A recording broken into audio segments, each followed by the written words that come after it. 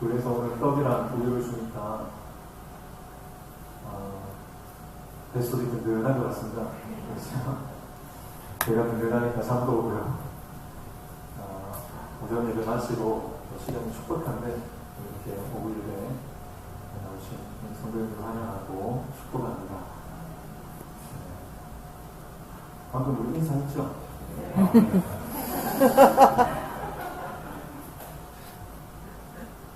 우리가 이제 새벽에 출애굽기가 끝나고 사사기를 보고 있습니다.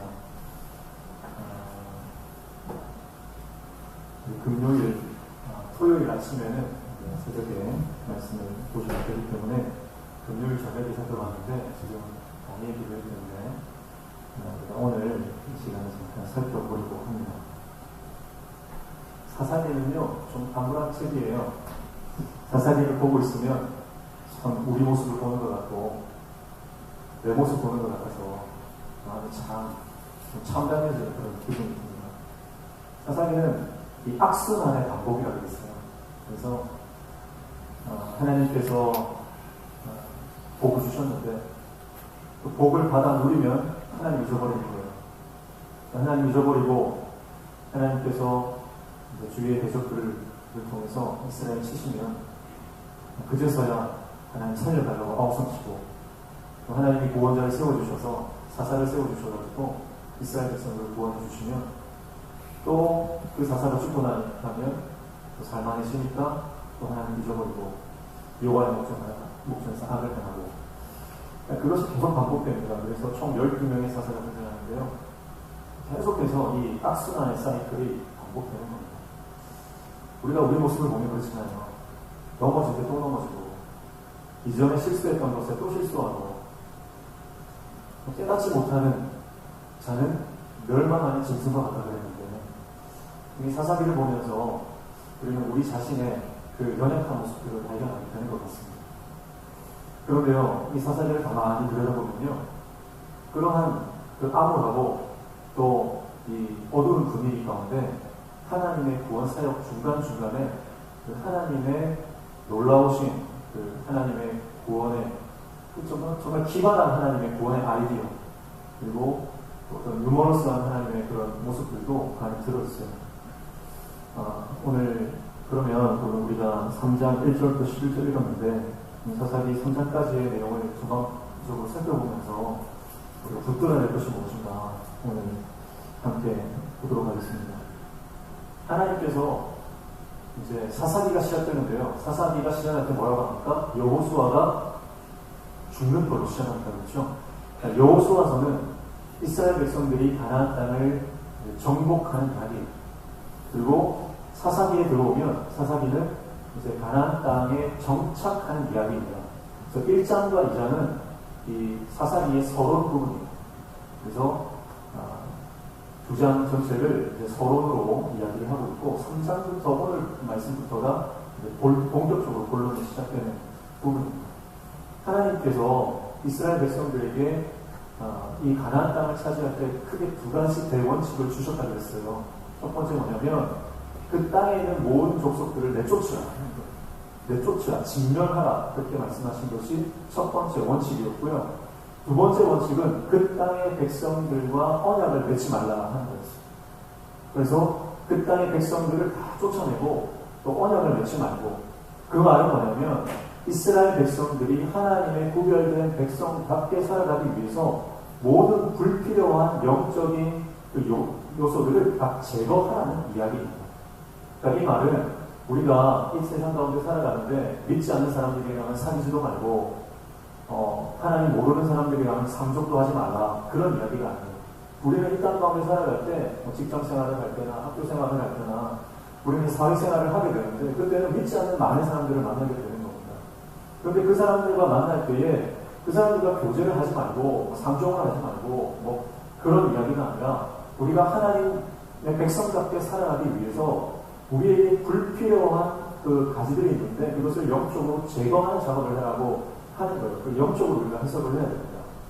머리 깎고 산에 올라가는 얘기가 아닙니다.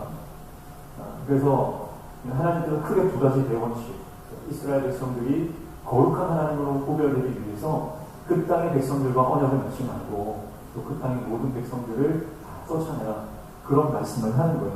그런데 사사기가 딱 시작하면서부터요, 무슨 얘기가 나오냐면 그 땅의 백성하고 언약을 맺습니다.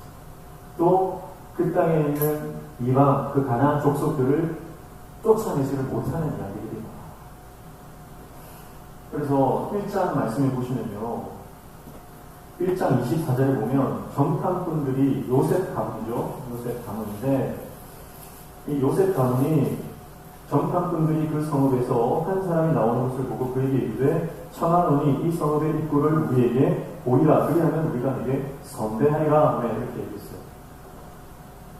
이거는요, 하나님께서 언약을 맺지 말라고 했는데 이 여리고성의 기생 라합 사건과 비슷하잖아요. 근데 그 사건과는 완전히 정반대의 사건이에요. 거기는 그 정탐꾼들이 위기를 당했을 때 라합이 자신해서 그들을 숨겨주고 그리고 나를 구원해달라. 우리의 집을 살려달라. 그리고 라합은 하나님을 믿는 사람이다. 그런 여호와의 소식을 듣고 이스라엘 백성들을 출애굽시키시고 홍해를 건너게 하신 하나님의 소문을 듣고 하나님을 선택하고 마음을 결정한 여인이었어요. 그래서 그들을 만났을 때 그 만남이 우연의 만남이 아니었죠. 그래서 라합은 어떻게 됩니까? 이스라엘 족보에, 예수 그리스도의 족보에 들어가는 영광이었잖아요. 근데 이 지금 나오는 이 사람들은요, 그런 사람들이 아니에요. 이 요셉 가문의 이 므낫세 에브라임 집파잖아요. 이 집파 정탐꾼들이 좀 더 편하게 편법을 쓰는 겁니다. 그래서 우연히 만난 사람에게 그 사람에게 길 가르쳐주면 우리가 너희는 살려줄게 하면서 거래를 하는 거예요. 그게 그 증거가 어디 나오냐면 26절에 나오는 거예요. 26절에 보면 그 사람이 햇사람들의 땅에 가서 성읍을 건축하고 그것의 이름을 루스라 하였더니 오늘까지 그곳의 이름이 되니라 했어요. 그러니까 성읍의 입구를 가르쳐주고 이제 내부 고발자잖아요. 이 고발자들이 그 이스라엘 백성들과 함께 동화되고 여호와 신앙으로 살아가는 것이 아니라 자기들만의 성읍을 건축하고 거기서 따로 사는 겁니다. 그러니까 그들에게는 믿음이 없었던 겁니다. 그러니까 하나님께서 계획하신 만남이 아니죠. 하나님께서 계획하신 만남이 아니라 좀 더 편하게 자기들이 이 땅을 차지하기 위한 편법을 쓴 것입니다. 자기 생각이 계획되는 거죠. 나중에 나오지만 결국 사세기 17장에 나오는 자기 소견에 오른 대로 합니다.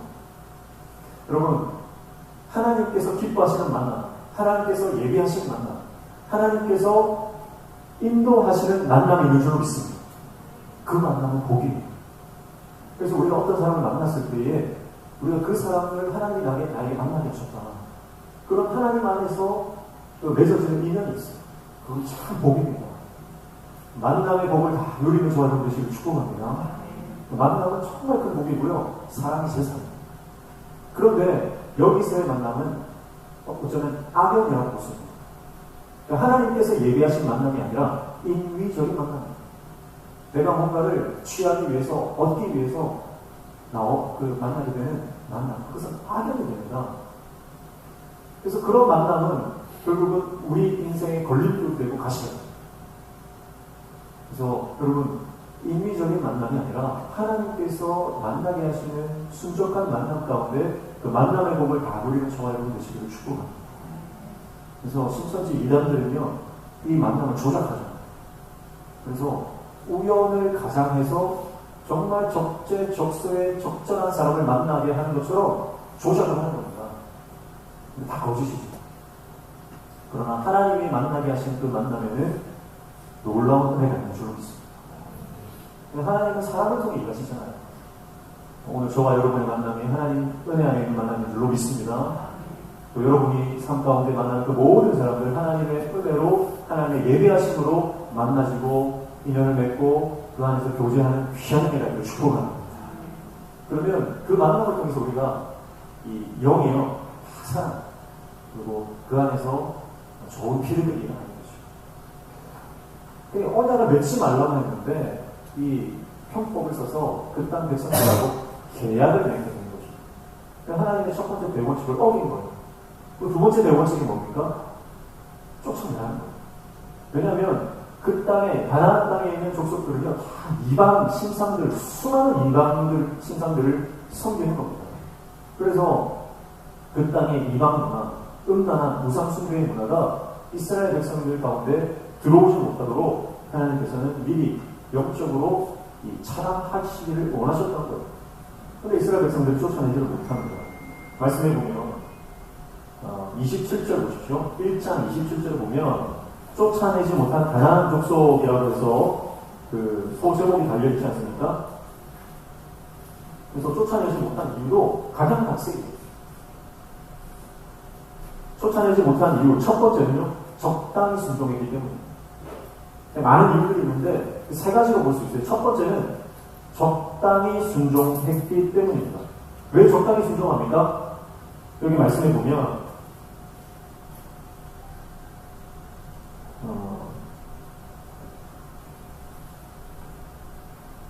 1장 19절 말씀 보세요. 여호와께서 유다와 함께 하셨으므로 그가 산지 주민을 쫓아내었으나 골짜기의 주민들은 철병거가 있으므로 그들을 쫓아내지 못하였으며 그 골짜기 주민들은 철병거가 있었다는 거예요. 근데 여러분, 하나님이 함께 하셨다고 했잖아요. 하나님이 함께 하시면 그들이 철병거를 가졌든지 무슨 실신 무기를 가졌든지 상관이 없어요. 하나님 함께 하시면 승리하는 줄로 믿습니다. 근데 이들은요, 적당히 타협하는 겁니다.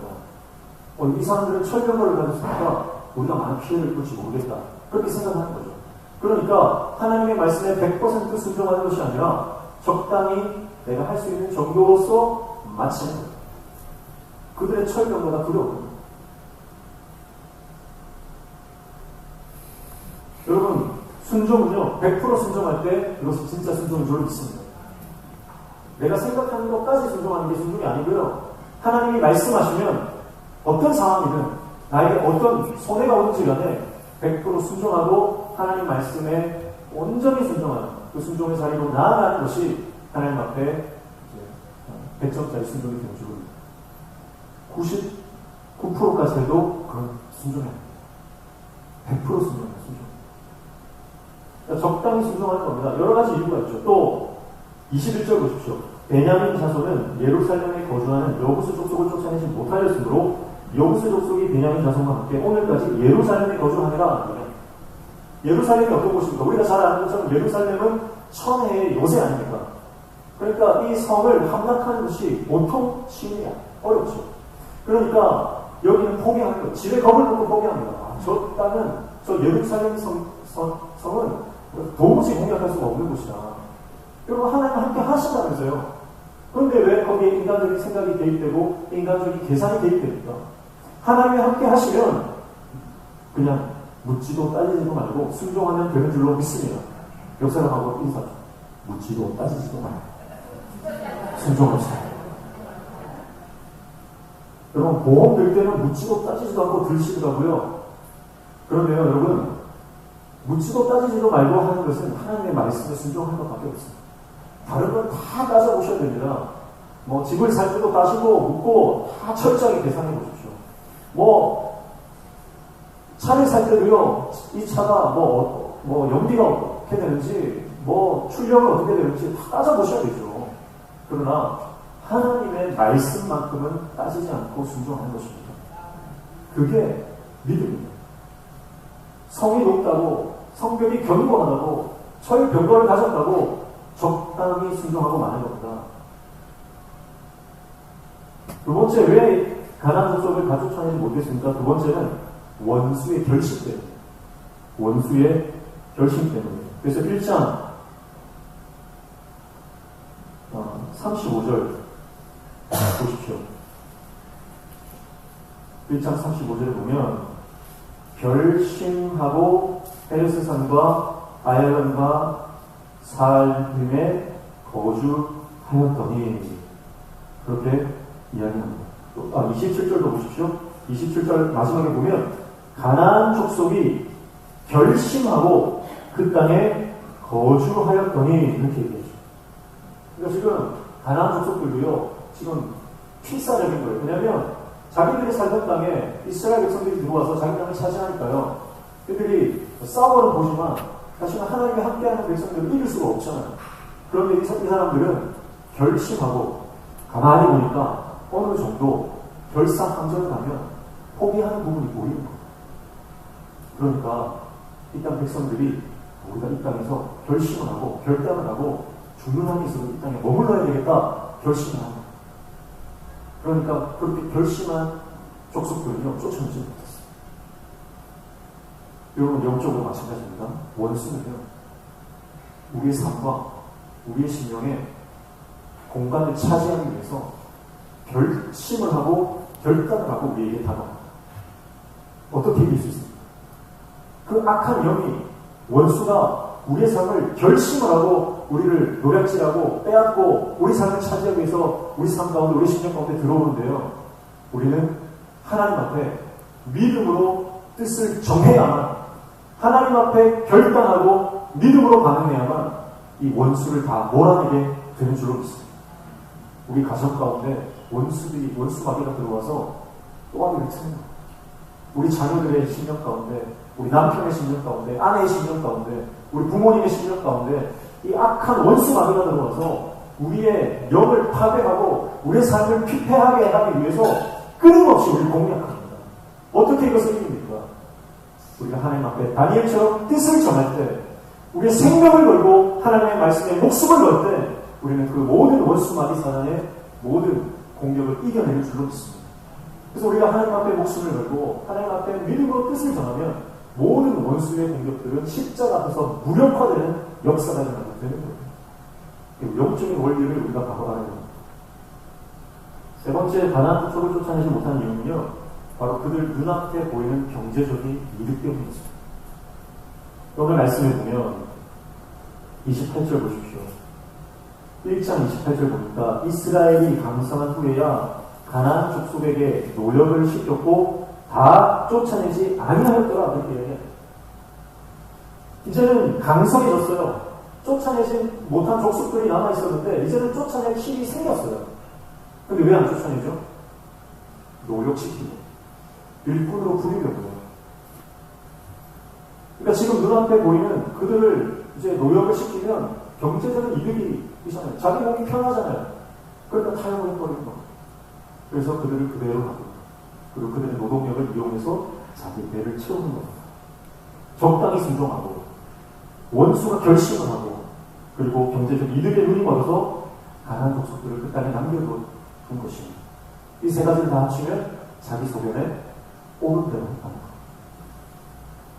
결과가 뭡니까? 옆구리에 가시랍니다. 2장 3절 말씀 보십시오. 그러므로 내가 또 말하기를 내가 그들을 너희 앞에서 쫓아내지 아니하리니 그들이 너희 옆구리에 가시가 될 것이며 그들의 신들이 너희에게 올무가 되리라 하였노라. 아멘. 결국 그렇게 세상과 타협하고 이 땅에 그 음란한 문화들을 수용하고 그대로 방치했을 때 어떤 일들이 일어납니까? 내 삶에 옆구리에 가시처럼 끊임없이 내 삶을 치고 들어오는 이 골칫거리가 된다는 거예요. 그러므로 여러분, 우리 심령 가운데 우리 영에 하나님의 말씀으로 나아가는데 방해가 되는 그런 어떤 것이든지 우리는 영적인 가지치기를 해야 되고요.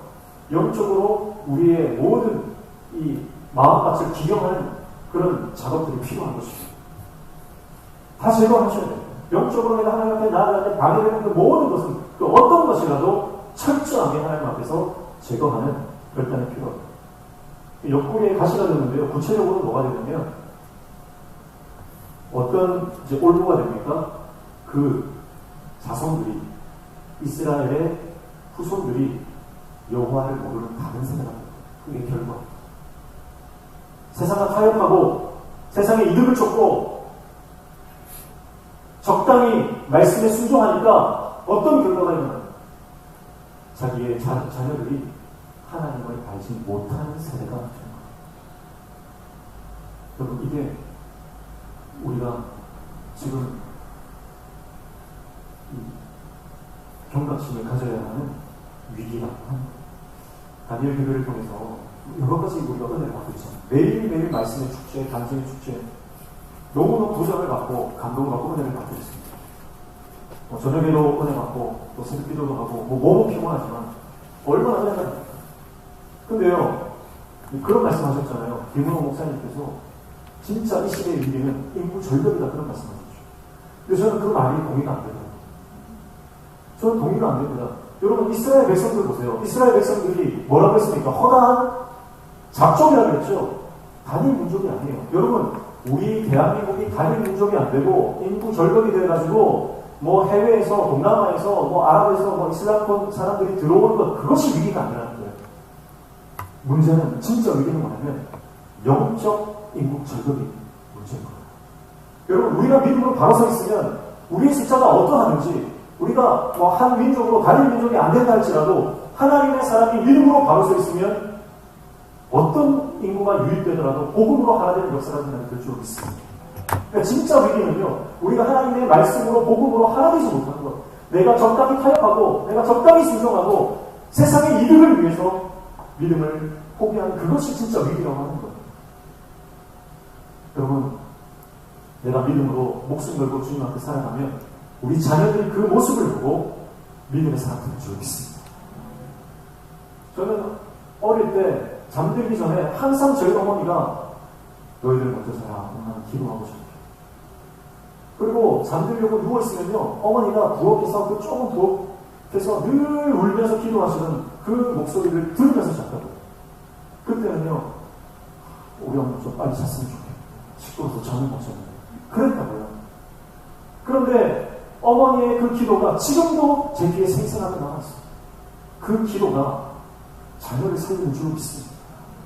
어떤 상황에도 믿음을 선택하고 어떤 환경 가운데서도 하나님을 선택하고 믿음의 길을 가는 그 부모의 모습을 통해서 자녀들이 믿음의 길을 가는 것이지, 적당히 순종하고 적당히 타협하고 눈앞에 이익을 쫓아서 살아가면 그 모습을 보면서 자녀들은 아, 하나님이 없구나. 우리 어머니도 우리 아버지도 저렇게 살아갔는데 나도 저렇게 살아가야지 하고 하나님을 모르는 다른 세대가 되는 것입니다. 여러분, 오늘 저와 여러분의 자녀들이 다른 세대가 되는 것이 아니라 하나님을 우리보다 더 잘 아는 믿음의 더 깊은 다음 세대가 되는 놀라운 애가 있기를 축복합니다. 그래서 여러분, 우리 자녀들 위해서 기도하셔야 돼요. 우리 유치부 아이들, 우리 아동부 아이들, 중고등부 아이들, 우리 청년들, 우리 성도들 기도 많이 해주셔야 되는 거예요. 그래서 시간만 많이 기도해 주시고, 또 우리 아이들 아침에, 여러분 우리는 편하게 11시 반에 기도해 주시고 애들은 9시 없어요. 그러면 한 번씩 9시에 오셔야 돼요. 오셔가지고 들여다보시고 간식도 사다 주시고 애들 머리도 한번 쓰다듬어 주시고 하셔야 됩니다. 그런 것도 하면서 뭐 우리가 다음 세대 사랑한다고 말하고 기도할 자격이 있습니까? 여러분, 우리가 하나님 앞에 어떻게 서느냐에 따라서 우리 다음 세대들, 우리 자녀들의 미래가 결정된다고 한다면 우리가 그대로 가만히 있을 수 있는 거예요. 저와 여러분, 우리 가정에 믿음의 명문 가운데 이루어지는 역사가 일어나는 축복합니다. 그리고 우리 교회의 미래, 우리 다음 세대들이 하나님 안에서 믿음으로 성장해 나가는 놀라운 역사가 일어나는 축복합니다. 우리가 지난주에 입교식을 했잖아요. 우리 다은이랑 은경이가 입교식을 합니다. 여러분, 유아세를 갖고 시간적으로 15년이 지나야, 대충 15년 정도가 지나야 이 아이가 자기 입으로 믿음을 고백할 수 있는 기회가 없는 거예요. 그러면 부모가 내가 이 아이를 믿음으로 키우겠습니다. 온 공회 앞에서 선언을 해놨습니다.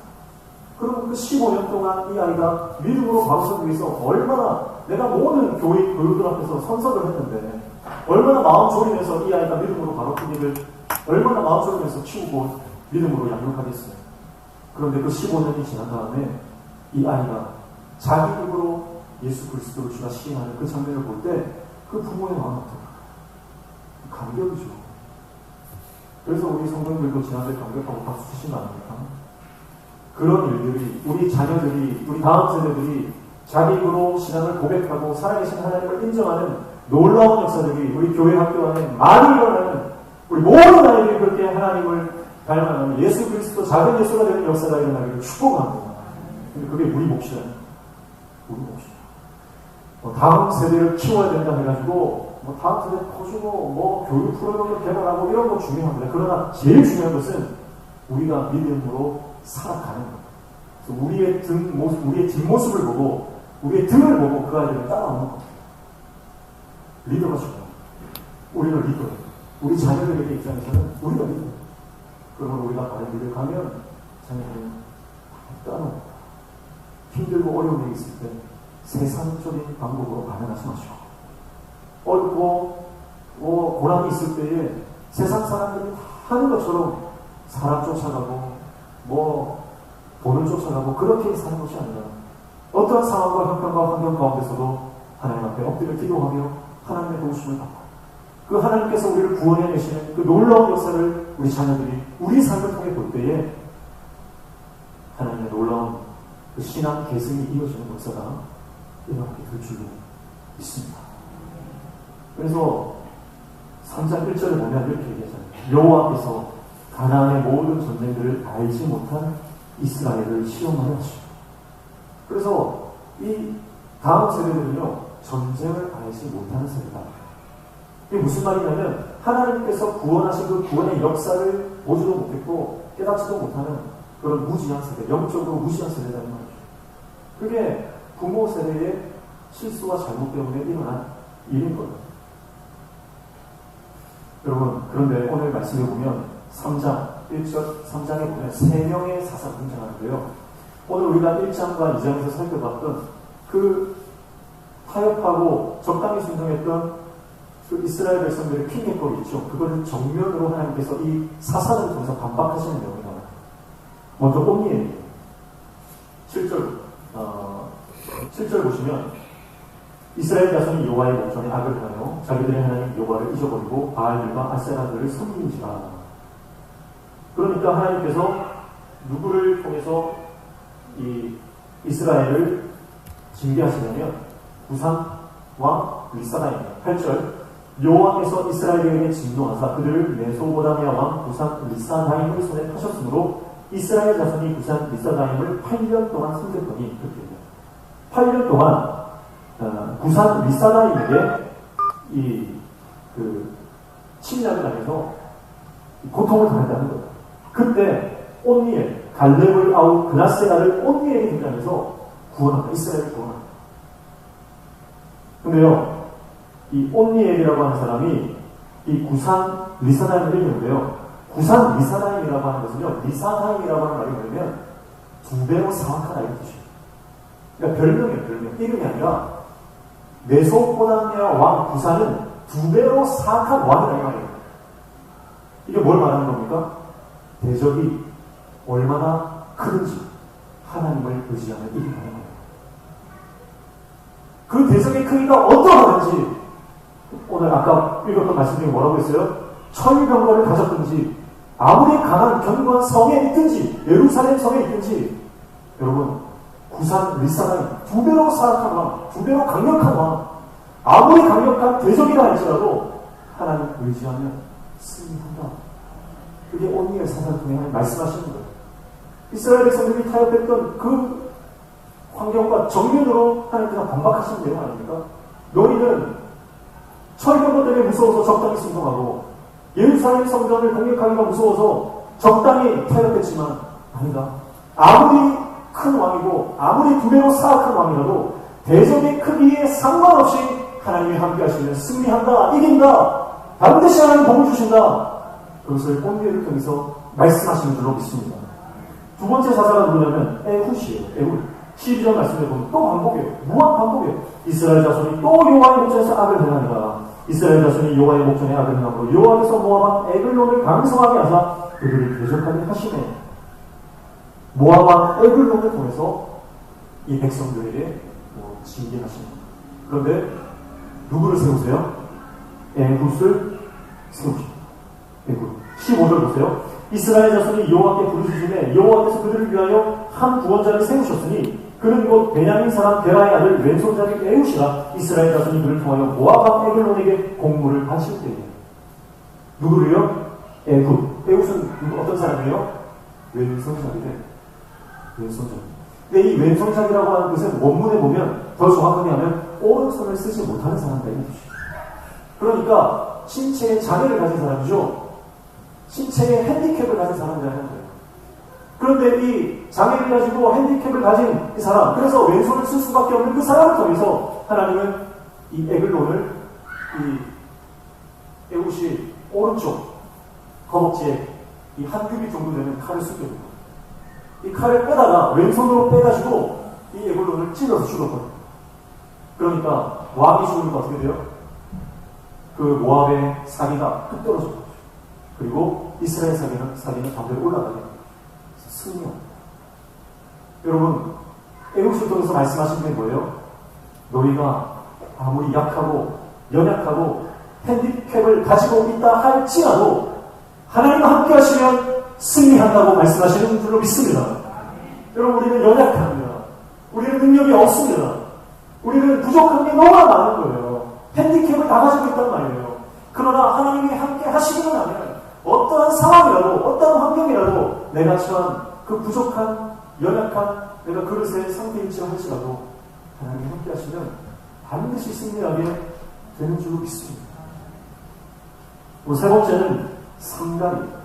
31절 말씀에 보면 삼가리 나오죠. 에훗 후에는 아낫의 아들 삼가리 있어 소모는 막대기로 블레셋 사람 600명을 죽였고 그도 이스라엘을 구원하였더라. 아멘. 세 번째 사사가 삼가리니까 왜 그러시죠? 삼가리. 근데 이 삼가리는요, 어느 지파입니까? 어느 지파라고 소개하나요? 지파가 없죠? 이 아낫의 아들 삼가리라는 사람은요, 그러니까 이스라엘 정통 혈통이 아닙니다. 이 삼가리는요, 그러니까 외국인이라고 합니다. 이 아낫이라고 하는 것도요, 이방신의 이름입니다. 그러니까 아낫의 아들, 어머니, 그래서 어머니인지, 아버지인지 정확하게 알 수는 없지만, 아마 이 아낫이라고 하는 것은 여신 이름이기 때문에, 그러니까 아낫, 또는 아스가루, 그런 종류입니다. 이름은 다 다른데, 이방신을 말할 때 이 아낫을 말합니다. 그래서 이 아낫의 아들 삼가는요, 출신이 이스라엘 정통 혈통이 아니에요. 근데 어떻게 합니까? 블레셋 사람들을 막대기 하나로, 소모노 막대기 하나로 600명을 쳐줬습니다. 이스라엘은 블레셋은요, 철기 문화를 가진 그 나라죠. 그러니까 칼과 단창을, 그리고 골리앗이 나올 때에 칼과 단창을, 다윗이 너는 칼과 단창으로 내게 오거니와 나는 만군의 여호와 이름으로 내게 한다. 그러니까 이스라엘 백성들이 볼 때 블레셋은요, 강대한 철기 문화를 가지고 있기 때문에 쉽게 이길 수가 없는 그런 민족인 겁니다. 그런데 이 삼가리 출신 성분이 좋지도 않고 환경이 좋지도 않은 이 삼가리요, 소모노 막대기 하나로 그 칼을 들고 있는 블레셋 군인들 600명을 죽입니다. 여러분, 이게 말이 됩니까? 무슨 말이에요? 하나님 함께 하셨다. 하나님이 함께 하시면 불가능한 일도 가능하게 되는 줄로 믿습니다. 내 출신 성분이 어떠하든지, 내 태어난 환경이 어떠하든지, 내가 자라온 환경이 어떠하든지 간에 하나님이 함께 하시면 위대한 역사를 이루게 된다. 그 말씀을 하시는 겁니다. 여러분, 3대째, 4대째 예수 믿는 가정에서 내가 태어났다. 그리고 모태신앙으로 태어났다. 여러분, 그거 자랑하는 게 아닙니다. 여러분, 1대째, 내가 1대인 사람도 있습니다. 이제 불신 가정에서 태어나서 내가 처음 예수 믿는 사람도 있다고요. 그럼에도 불구하고 그런 분들은 부모님도 위해서 기도해 주시고 또 할아버지 할머니도 위해서 기도해 주시고 하니까 너무너무 부러워서 그럼 기도에 동역자들이 있다면 큰 복이죠. 그런데 오늘 말씀하신 하나님께서 괜찮다. 내가 함께하면 승리한다. 그 말씀하십니다. 그리고 하나님께서는 기도의 동역자들을 마음껏 붙여주시는 분인 줄 믿습니다.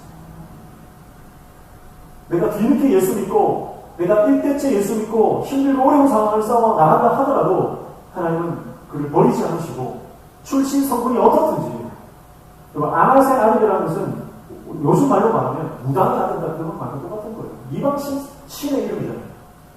아무리 내가 무당의 아들로 태어나고 정쟁에 따라 태어났다 하더라도 여러분, 하나님이 함께 하시면 승리하시는 줄로 믿습니다. 그 세 가지 말씀하시는 거예요. 오늘 사사기 3장에 나오는 온니엘과 에훗과 삼가를 통해서 하나님이 함께 하시면 대적의 크기가 어떠하든지 승리한다. 내가 아무리 연약해도 내가 핸디캡을 가지고 있어도 하나님 함께 하시면 승리한다. 내 출신 환경과 내가 태어난 환경이 어떠하든지 내가 어떠한 배경에서 자랐든지 간에 하나님이 함께 하시면 하나님은 승리를 주시는 분이다. 그 말씀을 하고 있는 것입니다. 여러분, 우리의 상황 가운데 어떠한 상황이든 하나님을 의지하고 하나님 뜻대로 좋아할 것이 축복. 그러면 우리는 적당히 순종하고 적당히 타협하고 원수에게 지고 경제적 이익을 눈앞에 보이는 것들 때문에 타협하여 자기 소견에 옳은 대로 살아가는 사사기에 등장하는 이스라엘 백성들이 아니다. 다윗과 같이, 다니엘과 같이, 요셉처럼 하나님 앞에 뜻을 잡고 믿음으로 기도하며 살아가는 여호와의 영광을 보는 하나님의 종들 다 되어진 줄로 믿습니다. 사사기에 대해서 더 알고 싶다는 새벽에 그래서 나오시면 자세하게 우리가 알아갈 수 있겠습니다. 아무리 약해도 주님 의지하십시다. 아무리 부족해도 하나님만 바라보십시다. 우리 교회가 많이 약하고 부족해. 그러나 하나님만 있으면 강한 교회가 될 줄 믿습니다. 하나님만 있으면 한 사람 한 사람 하나님만이 거하시면 그 한 사람을 통해 역사하시고 내가 그 사람입니다. 내가 그 하나님의 영광의 도구가 되고 감사하고 소망하며 하나님의 쓰임받는 모든 성도님들, 우리 청년들 다 되시기를 주님을 축복합니다. 찬양하겠습니다.